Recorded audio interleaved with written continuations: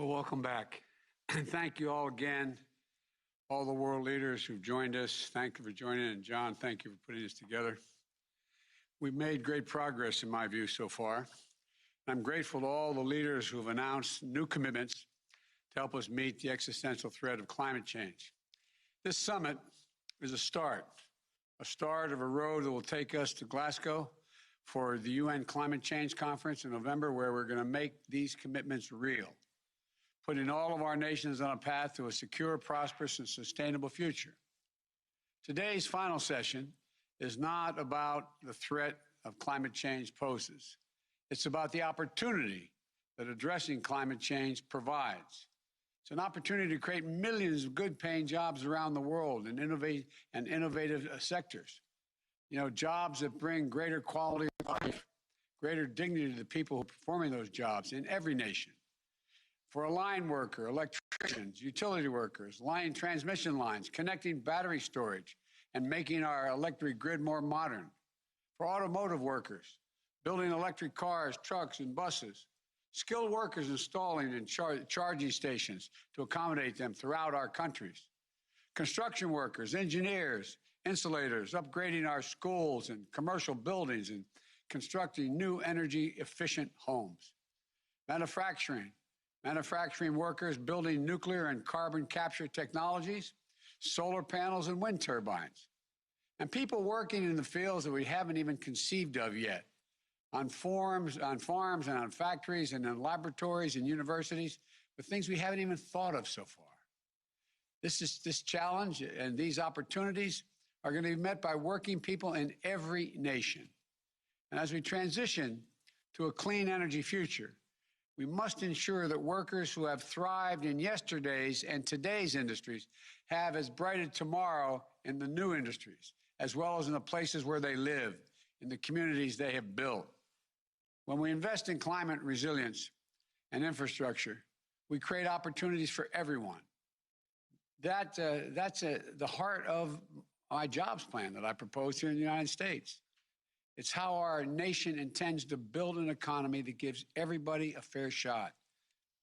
As you heard in the last session, it requires investing in innovation.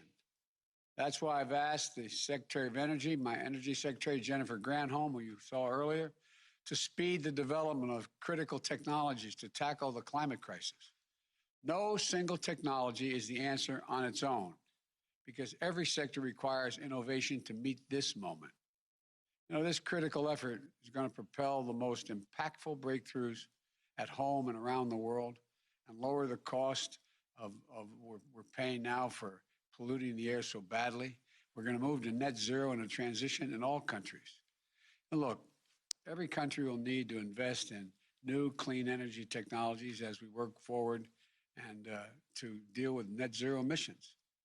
I am also very proud to announce that the United States is again becoming a key leader in mission innovation. We helped launch the program during the Obama-Biden administration, a pact between the world's largest economies to ramp up investments in clean energy research and development. And today, America is once again stepping into the leadership role. We will be joining in a partner for the nations in efforts to decarbonize critical sectors across the board, including industrial sector, where we'll join with Sweden and India in leadership in the leadership group for industry transition.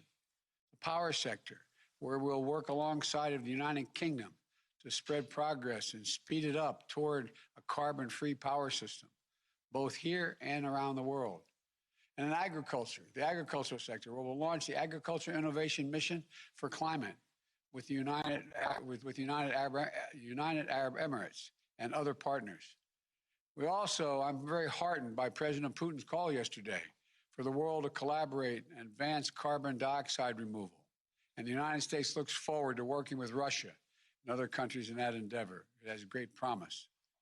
This is a moment for all of us to build better economies for our children, our grandchildren, and all of us to thrive in not just now, but beyond for the next generations. Nations that work together to invest in a cleaner economy will reap rewards for their citizens. The United States is committed. We are committed to making those investments to grow our economy here at home while connecting with markets around the world. For example, we're launching a new global partnership for climate smart infrastructure.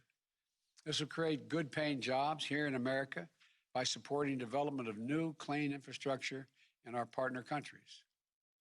These are the sort of partnerships that are going to be good for all of us. And I think they'll have additional benefits just us working together.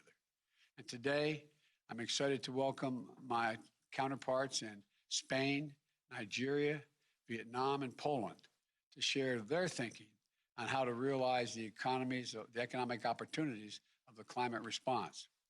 And we're going to be joined by labor and business community leaders from around the world to talk about what's happening in their communities around climate-related jobs. And I'm pleased to be joined by Secretary Buttigieg, Ambassador Tai, the National Climate Advisor, Gina McCarthy, the chair of my National Climate Task Force.